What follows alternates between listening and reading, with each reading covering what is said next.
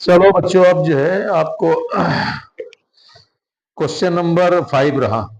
इसमें दिया हुआ है, जांच कीजिए क्या किसी प्राकृतिक संख्या n के लिए संख्या है 6 पावर n अंक 0 पर समाप्त होगी। जरा इसको समझ ले कि ये कहना क्या चाह रहा है। जरा ये देखें इसको।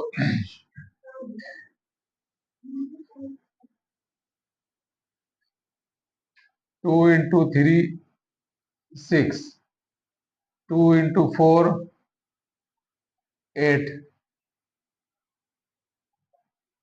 2 5 10।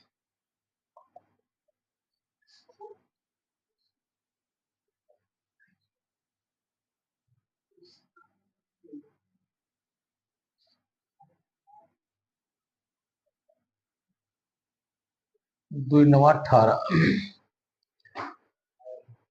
तो ये रहा। अब जरा इसको ध्यान देखें। ये दो का हम जब इसमें गुणा कर रहे हैं, जिसे दो एक नम दो दो दो दूना 4, और इसको ये हो गया 2 दूनी 4, 2 तिहाई 6, 2 चौक 8, 2 पंजे 10, 2 छंग 12। आप देखेंगे इसमें कि जितना हमारा ये है गुणा किया गया है, सिर्फ एक जगह आपको ये मिला है 0 10। अब कुछ और नंबर ले लेते हैं। जैसे हमारा ये हो गया 2 इंटू 3 इंटू 5, ये हो गया 30। या हम कर दें 2 गुणे 7 गुणे 5, ये हो गया 70। फिर 2 गुणे 3 गुणे, ये मैंने कह दिया 7। ये देखो 6 7 42।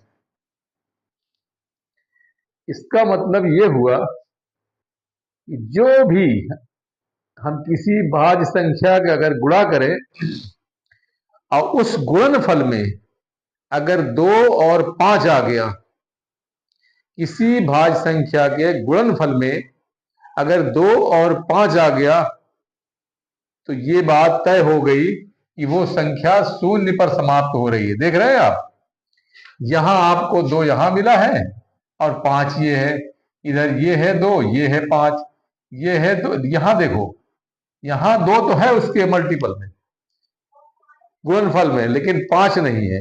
और देख लें, जैसे 5 3 4, 4 या ऐसे करते 7, 105। यहां देखें,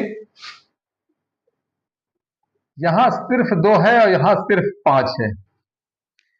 तो कोई भाज्य संख्या गुणनफल में अगर 0 तब आएगा जब उसके गुणनफल में 2 और 5 दोनों सम्मिलित हों, तब तो वो संख्या शून्य पर समाप्त होगी। कोई भी नंबर ले लें, जैसे मैं ये लिख दे रहा हूं 5 इंटू 3 इंटू 7 इंटू 11, ये सब कुछ रहा, लेकिन इसको आप गुणा करेंगे, कभी भी ये नंबर 0 पर नहीं समाप्त होने जा रहा। ये आप गुणा करके देख लेंगे।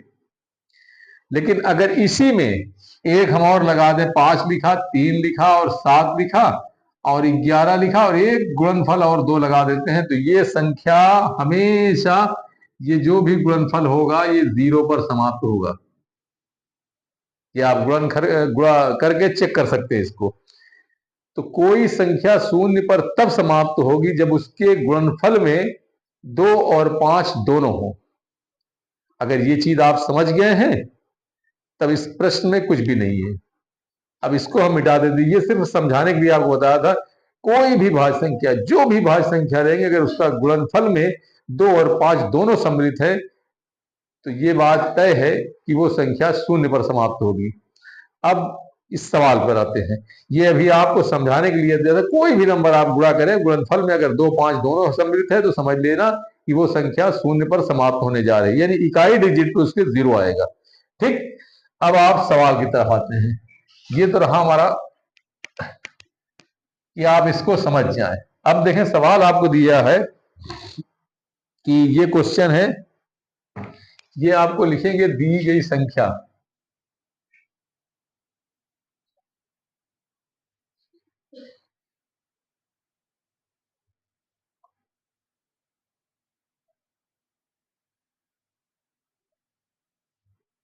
ये संख्या हमारा दिया है 6 के पावर n, तो हम इसको लिख सकते हैं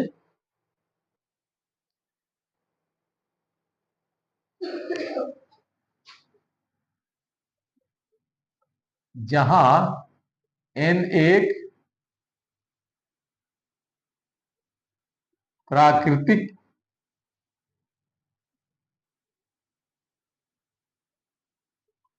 संख्या है। अब देखें, ये 6 को तो हम ये लिख सकते हैं ना, 2 × 3।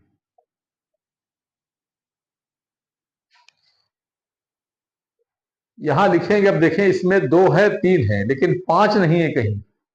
अगर इसमें 5 भी होता कहीं गुणनफल में तो श्योर ये पक्की बात थी कि ये संख्या शून्य पर समाप्त होती। लिखेंगे चूंकि, अब लिखेंगे चूंकि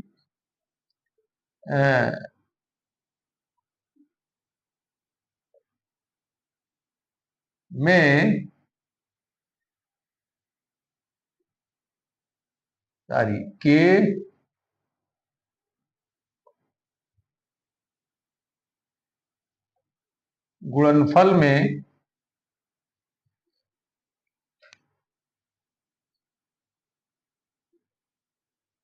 गुणनफल में संख्या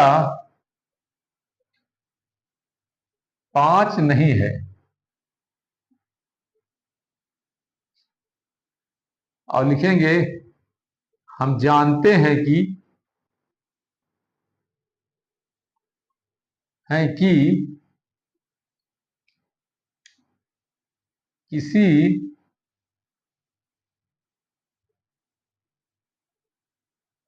संख्या को शून्य पर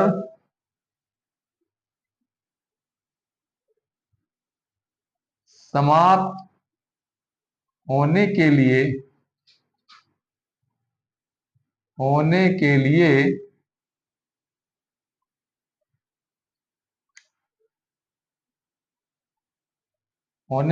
उसके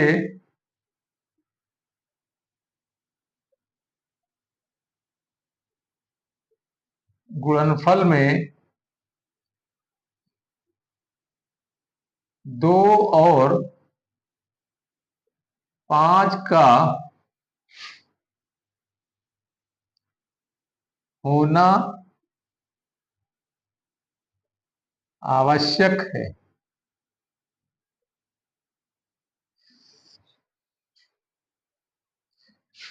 अब वो वाला लिख देंगे, अतः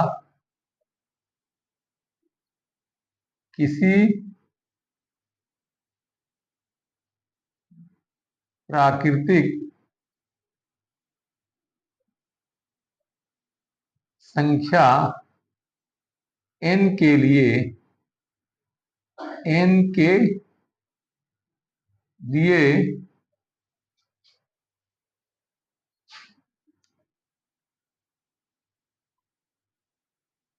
6 पावर n शून्य पर समाप्त नहीं होगी। बस इतना लिखना है कि 12 के गुणनफल में संख्या 5 नहीं है, इसके गुणनफल में 5 नहीं है। हम जानते हैं किसी संख्या के शून्य पर समाप्त होने के लिए उसके गुणनफल में 2 और 5 का होना आवश्यक है।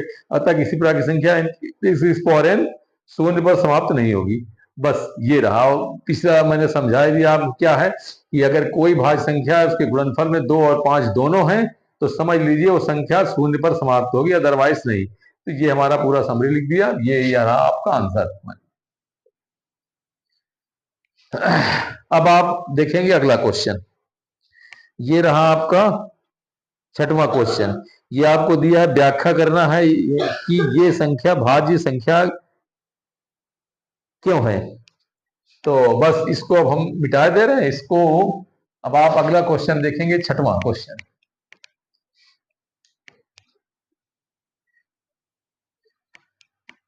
छठवां क्वेश्चन रहा ये कि यहां भी ये देख लें आप,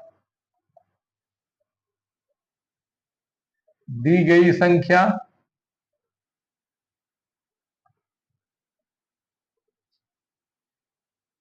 ये हो गया।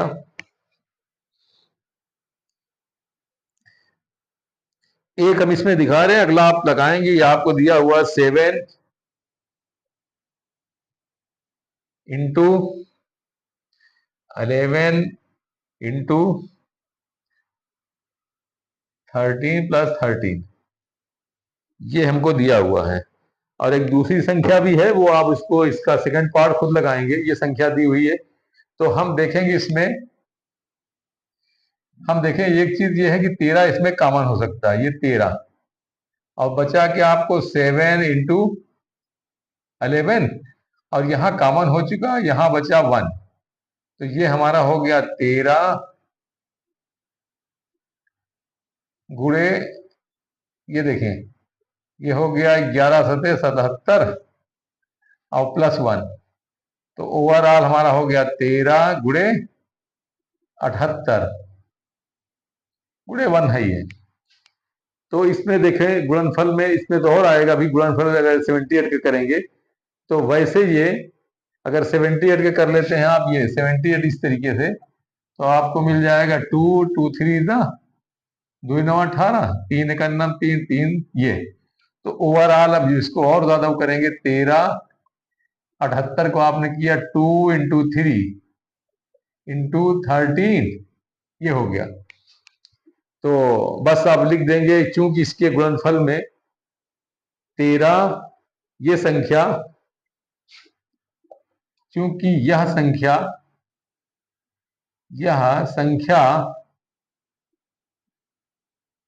13 2 व 3 से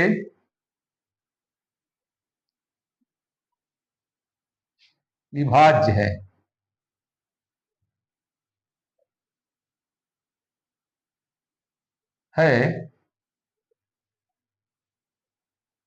अतः दी गई संख्या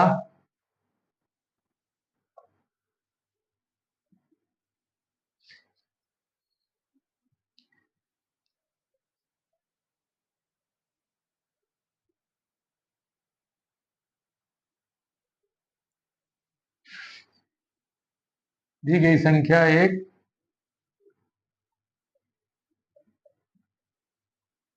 भाज्य संख्या है।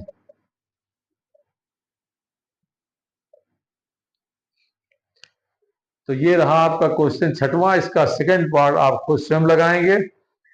और इसके बाद एक क्वेश्चन आपका आता है, आपको दिया हुआ है ये, किसी खेल के मैदान में चारों ओर एक वृत्ताकार पथ है, इस मैदान का एक चक्कर लगाने में सोनिया को 18 मिनट लगते हैं, जबकि उसी मैदान के चक्कर लगाने में रवि को 12 मिनट लगते हैं। मान लीजिए वे एक ही स्थान से एक साथ चलना प्रारंभ करके एक ही दिशा में चलते हैं, तो कितने समय बाद पुनः प्रारंभ स्थान मिल जाएंगे। सपोज करो ये आपका, ये आपको समझाने के लिए हम आपको दिखा दे रहे हैं ये, बाकी आप लगाएंगे कैसे इसको। ये मान लीजिए ये आपको दिया हुआ है कि ये है, यहां से दौड़ना शुरू करते हैं, तो इसको जो है, ये रवि यहां से यहां तक पहुंचने में 12 मिनट लगता है, और इसको यहां पहुंचने में ये 18 मिनट लगता है। तो 18 मिनट में तो और यहां चला आएगा, यही चीज कह रहा है, ये ऐसे चक्कर लगाएगा, कितने समय बाद दोनों इसी पोजीशन फिर मिल जाएंगी। इसमें करना और कुछ नहीं है, बस इन दो नंबरों का आपको एलसीएम निकाल लेना है, बस और कुछ नहीं इसमें। और इसी के साथ ये हमारा एक्सरसाइज खत्म होता है। नेक्स्ट आपको दूसरी एक्सरसाइज छोड़ करके हम अगला, इसके बाद आपको पॉलिनोमियल बताएंगे, बहुपद। अब आप सोचेंगे इसका अगला एक्सरसाइज, इसकी कुछ वजह है जो आपको हम बताएंगे बाद में। इसके बाद आपको नेक्स्ट दूसरा अब आप पढ़ेंगे बहुपद। तो बहुपद जब पढ़ाएंगे तो आपको थोड़ा सा बेसिक बताना जरूरी है उसमें, तो उसमें कम से कम एक लेक्चर आप उसको देखेंगे तो आपको जो ये अगला बहुपद है जो आप 10th में पढ़ेंगे, वो समझने में आपको आसानी होगी, क्योंकि आपको थोड़ा पीछे ले चलेंगे। जो 9th में आपने देखा है, पता नहीं कैसे देखा है, उसको थोड़ा सा रिवीजन करना या उस पर एक हल्का से प्रकाश डालना जरूरी है। तो आप इंतजार करिए नेक्स्ट लेक्चर के हमारे। तो अब अगला अगला लेक्चर जब आएगा तब आप पढ़ेंगे बहुपद।